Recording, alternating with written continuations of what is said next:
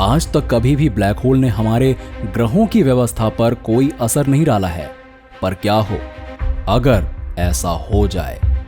क्या ये बिन बुलाया मेहमान हमारे सौर मंडल तक आते आते रास्ते में आने वाली हर चीज को निगल जाएगा, या केवल थोड़ा बहुत ही असर पड़ेगा? आप देख रहे हैं ऑर्बिट फैक्ट, और ये है क्या हो अगर एक ब्लैक होल हमारे सौर मंडल तक आ जाए।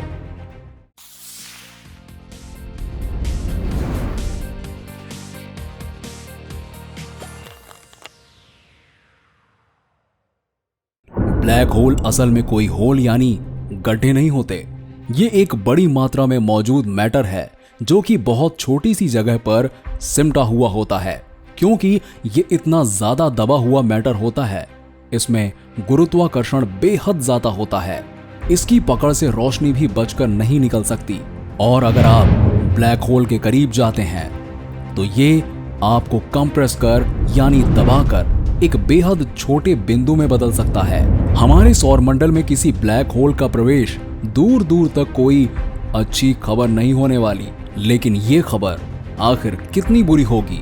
एक ब्लैक होल से हमारे सौर मंडल में आने वाली तबाही इस बात पर निर्भर करती है कि वो ब्लैक होल कितना बड़ा है और हमारे सौर मंडल के कितना अंदर आ चुका है।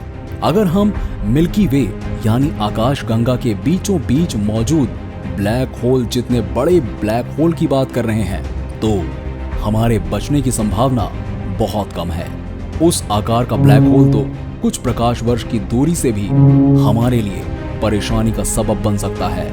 ये माना जाता है कि बहुत बड़े ब्लैक होल के आसपास सितारे, ग्रह, एस्टेरॉयड और कॉमेट चक्कर लगा रहे होते हैं। स्पेस में अपने रास्ते में जितना भी कचरा ब्लैक होल अपने साथ समेट कर ला रहा होगा, वो सब हमारे सौर मंडल से टकराएगा। इसके बाद ये विशाल ब्लैक होल इसके आसपास मौजूद हर चीज को पूरे जोर से अपनी ओर खींचेगा। हम तब तक जा चुके होंगे, यानी उससे पहले ही कोई तेज रफ्तार ग्रह पृथ्वी से टकरा चुका होगा। चलिए अब इस स्टेलर ब्लैक होल के साथ अपनी किस्मत आजमाते हैं। ये ब्लैक होल हमारे सूरज से 20 गुना ज्यादा बड़ा है। अगर इस तरह का ब्लैक होल हमारे सौर मंडल के बाहर तक आता है तो कॉमेट यानी उल्का तारों जैसी चीजों से भरे क्लाउड में गुरुत्वाकर्षण से तबाही आ जाएगी। एक स्टेलर ब्लैक होल ज्यादा कॉमेट और एस्टेरॉइड्स को हमारे सौर मंडल के अंदर फेंकेगा, जो कि दूसरे ग्रहों से टकराएगा। पृथ्वी को भी कुछ चोटें लग सकती हैं, लेकिन ये तो केवल शुरुआत होगी। जैसे जैसे ये ब्लैक होल सौर मंडल के अंदर आता जाएगा, ये सभी ग्रहों के ऑर्बिट अस्त व्यस्त कर देगा। संभव है कि ये बिन बुलाया मेहमान हमारे सौर मंडल के सबसे बड़े ग्रह बृहस्पति को निशाना बनाएगा।